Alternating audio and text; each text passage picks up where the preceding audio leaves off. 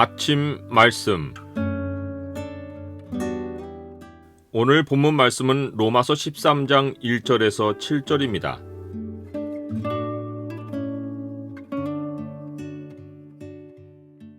오늘 본문을 명령의 창으로 보면 그리스도인이 세상 정부와 어떻게 관계해야 하는지가 보입니다.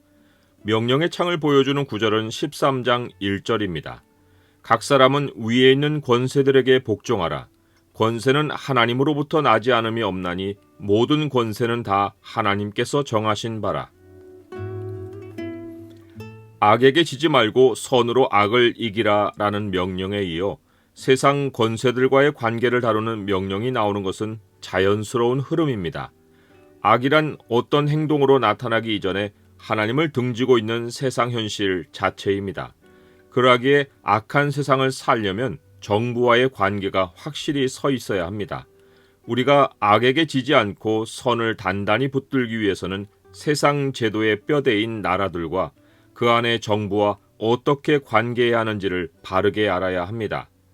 여기서 사도 바울이 나라와 정부를 권세들로 표현한 데는 이유가 있습니다. 하나님이 지으신 창조의 기본 질서가 권세이기 때문입니다. 천국에 가서도 권세 질서는 없어지지 않습니다. 예를 들어 우리는 하나님께 상을 받을 때 열고울 권세와 같은 권한을 위임받습니다. 현재 하늘의 질서도 권세의 질서입니다. 천사들 가운데도 천사장이 있고 우리가 하나님의 자녀가 되는 것도 하나님의 자녀가 되는 권세를 받는 것입니다.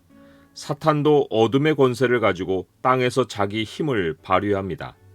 하나님이 세우신 권세 질서를 하나님 스스로 무너뜨리시는 일은 없습니다.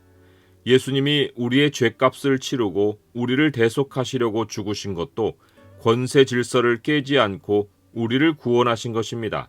사탄에게도 주어진 권세가 있는데 예수님은 권세의 질서를 지키는 가운데 우리로 눈을 뜨게 하여 어둠에서 빛으로 사탄의 권세에서 하나님께로 돌아오게 해주셨습니다. 그 권세 질서의 정점에는 하나님이 계십니다.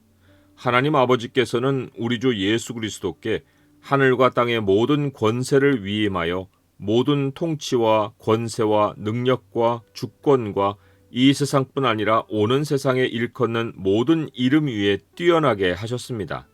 그러나 그 권세는 동시에 홀로 하나이신 하나님께 속합니다. 우리 구주 홀로 하나이신 하나님께 우리 주 예수 그리스도로 말미암아 영광과 위엄과 권력과 권세가 영원전부터 이제와 영원토록 있을지어다. 아멘. 그러므로 우리 각 사람은 위에 있는 권세들에게 복종하라는 명령을 따를 때는 가장 높은 권세이신 하나님을 항상 생각해야 합니다.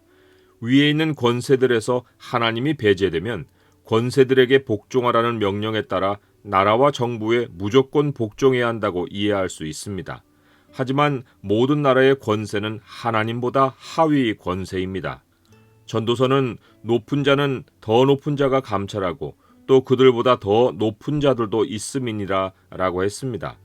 유대 당국자들이 베드로와 요한에게 예수의 이름으로 말하지도 말고 가르치지도 말라고 경고했을 때 베드로와 요한은 하나님 앞에서 너희의 말을 듣는 것이 하나님의 말씀을 듣는 것보다 옳은가 판단하라 라고 하며 그들의 말을 따르지 않을 것을 분명히 했습니다. 하나님의 권세를 가장 우선으로 따랐던 사례는 성경 곳곳에 나옵니다. 옛날 바로 왕이 산파들에게 히브리 여인을 위하여 해산을 도울 때 아들이거든 죽이고 딸이거든 살려두라고 명령했지만 산파들은 하나님을 두려워하여 애굽 왕의 명령을 어기고 남자 아기들을 살렸습니다. 모세의 부모도 모세가 낳았을 때 그를 3달 동안 숨겨 왕의 명령을 무서워하지 않았습니다. 성경은 이것이 믿음의 행동이었다고 말합니다. 왕후 이세벨이 여호와의 선지자들을 멸할 때 오바댜라는 사람이 선지자 100명을 50명씩 굴에 숨기고 떡과 물을 먹인 일도 있습니다. 다니엘의 세 친구는 목숨을 걸고 왕이 세운 신상에 절하라는 명령을 어겼습니다. 다니엘은 왕 외에 어떤 신에게나 사람에게 구하지 말라는 조서가 전달되었을 때 조서에 왕의 도장이 찍힌 것을 알고도 자기 집에 돌아가서는 예루살렘으로 향한 창문을 열고 늘 하던 대로 하루 3번씩 무릎을 꿇고 기도하며 하나님께 감사했습니다. 위의 모든 사례가 보여주듯이 하나님 백성은 하나님 섬기기를 억누르고 금지하는 명령에 복종할 수 없습니다. 이것은 우리가 권세들에게 복종하지 않는 것이 아니라 그 권세들이 하나님의 권세에 순복하지 않는 것입니다. 이런 악한 권세들은 끝내 하나님이 다루십니다. 하나님은 권세를 폐하시고 권세를 세우시는 분입니다. 하나님은 바벨론의 느부갓네살 왕으로 7년 동안 짐승처럼 살다가 회복되게 해서 지극히 높으신 자가 사람의 나라를 다스리시며 자기의 뜻대로 그것을 누구에게든지 주시는 줄을 알게 하셨습니다. 그러므로 하나님 백성은 가이사의 것은 가이사에게 마땅히 바치지만 하나님의 것은 반드시 하나님께 바쳐야 합니다. 이러한 권세 질서가 확실히 정립된 후에 우리는 우리 위의 모든 권세에 복종해야 합니다.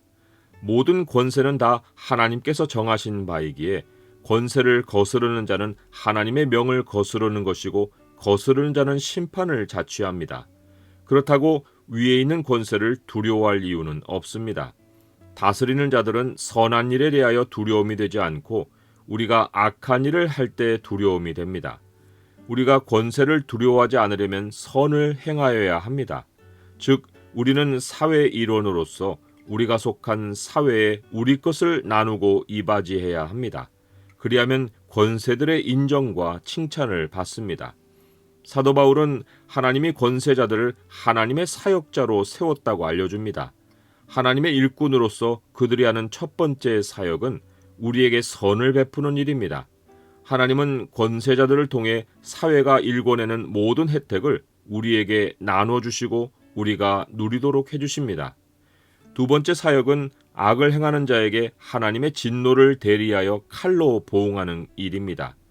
하나님은 악을 행하는 자가 영원한 하나님의 진노를 당하기 전에 1차로 땅에서 형벌을 받게 하십니다. 하나님의 백성은 땅에서 악행으로 형벌받는 것을 두려워해야 합니다. 이것은 하나님의 진노를 미리 경험하는 것입니다. 그러나 세상 권세에 복종하는 것은 진노 때문이 아니라 양심을 따라 해야 합니다. 하나님은 창조 세계에 권세의 질서를 세움과 동시에 사람의 양심에 권세에 복종해야 하는 법을 심으셨습니다. 우리는 본성을 거스르는 행동을 해서는 안 됩니다. 하나님이 권세들을 일꾼으로 세워 맡기신 세 번째 사역은 조세를 걷는 일입니다. 하나님은 조세를 통해 나라가 운영되는 제도를 땅에 세우셨습니다. 시민이 내는 조세로 나라가 운영되게 하셨습니다. 조세 제도는 사람의 창작이 아니라 하나님이 권세 질서와 함께 세우신 나라 운영 방식입니다. 땅에 세워지는 하나님 나라도 같은 방식으로 운영됩니다. 우리는 11조를 헌금으로 알지만 아브라함의 예를 보듯이 11조는 하나님 나라에 내는 세금과 같습니다. 아브라함은 가나안에 온 후 소속이 없이 지내다가 살렘 왕 멜기세덱을 만나 그에게 11조를 드림으로써 살렘의 백성이 되기를 결정했습니다. 나라의 운영은 하나님 나라이든 세상 나라이든 운영 자금이 조세를 통해 조달됩니다. 11조를 내지 않는 것은 하나님께 형벌을 받고 세금을 내지 않는 것은 권세자들의 징벌을 당합니다. 그러므로 하나님 백성은 조세이든 관세이든 마땅히 모든 자에게 줄 것을 주어야 합니다. 권세의 질서를 따라 두려워할 자를 두려워하고 존경할 자를 존경해야 합니다. 우리가 세상 권세들 아래서 신앙의 자유를 누리며 평안히 살 수 있는 길은 선을 행함과 동시에 권세들을 위해 기도하는 것입니다. 사도 바울은 디모데에게 첫째로 권하는 말을 이렇게 말했습니다. 그러므로 내가 첫째로 권하노니 모든 사람을 위하여 간구와 기도와 도고와 감사를 하되 임금들과 높은 지위에 있는 모든 사람을 위하여 하라.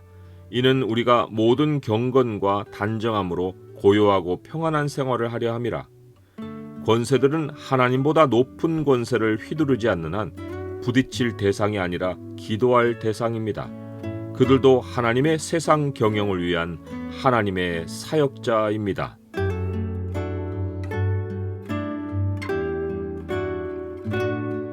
주님, 요즘 한국 상황을 지켜보며 교회와 나라의 관계를 깊이 생각합니다. 정치 이념에 따라 교회가 이리저리 휩쓸리는 모습을 봅니다. 성도들이 권세자들을 위해 더욱 기도에 힘쓰게 하옵소서. 이 나라 최고 통치자는 주님이십니다. 예수 그리스도의 이름으로 기도드립니다. 아멘.